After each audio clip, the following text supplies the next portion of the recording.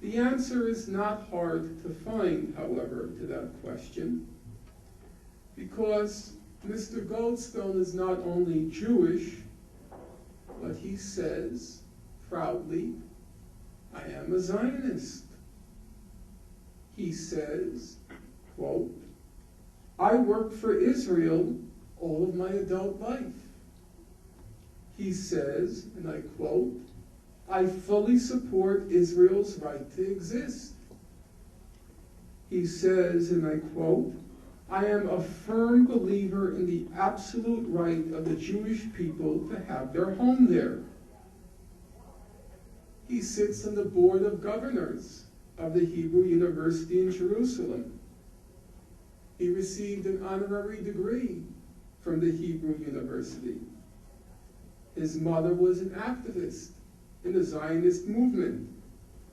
His daughter did Aliyah. Goldstone says, I went into international law because of the Nazi Holocaust. That's what inspired me. And now Israel had a big problem on its hands, because for the past 30 or more years, it's honed, it's refined these ideological weapons to deflect any criticism of it and to discredit those who criticize it. So if you criticize Israel, you have to be an anti-Semite or a self-hating Jew or a Holocaust denier. But to Israel's misfortune, these ideological weapons wouldn't work against Mr. Goldstone. His person, who he is, neutralized them. As the Israeli columnist Gideon Levy put it, this time the messenger is propaganda-proof. Well, now we have a problem in our hands, a big problem for Israel.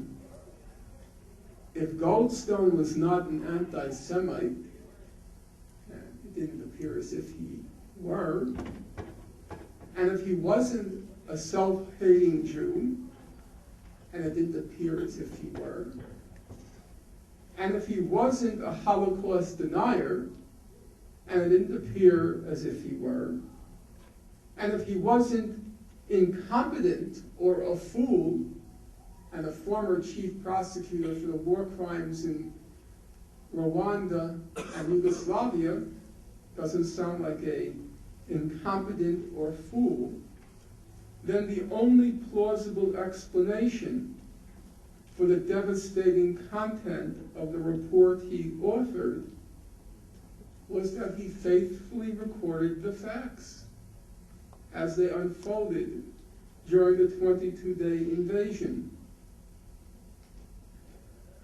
For our purposes, I think the Goldstone report is significant on two levels.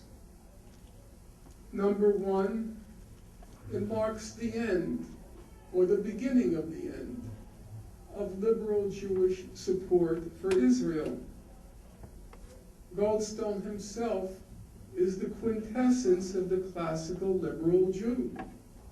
He's a renowned defender of the rule of law and human rights.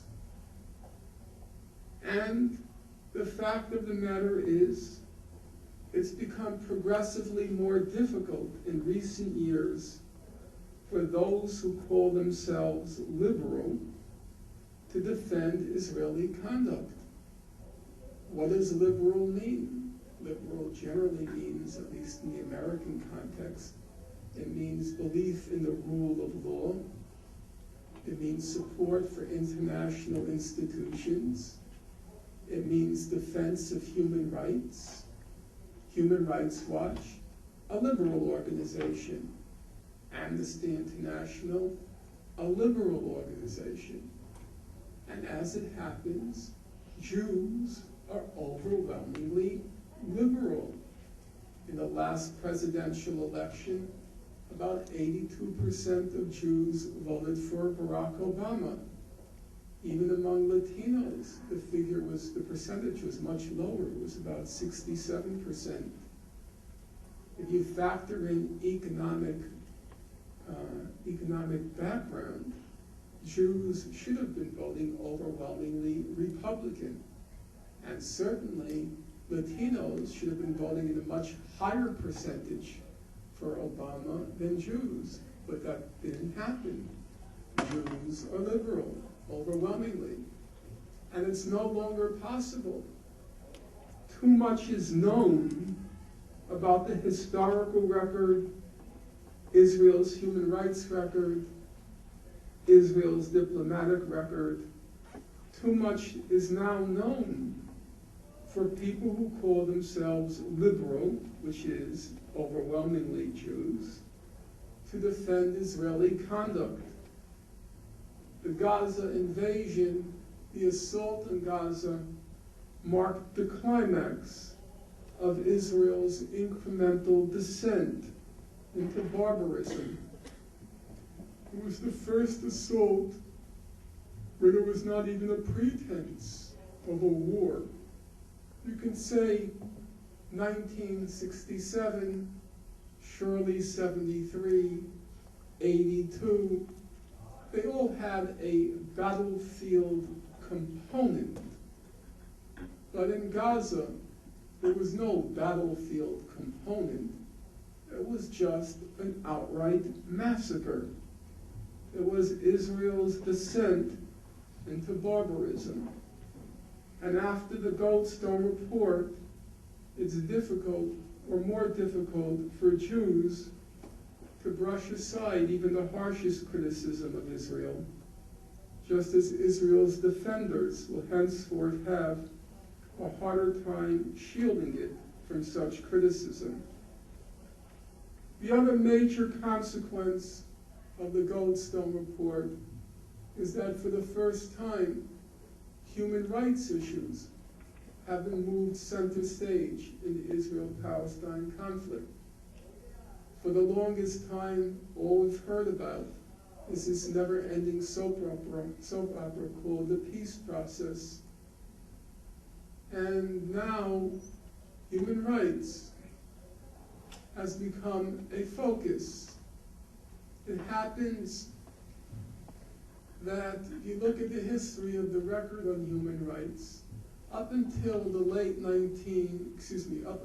early 1990s, human rights organizations were very fearful of criticizing Israel's human rights record.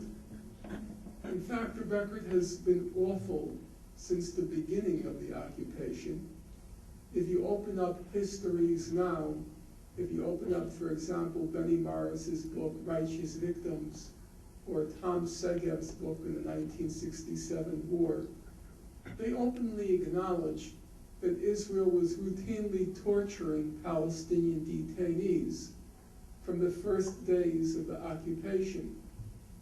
But human rights organizations up until 1990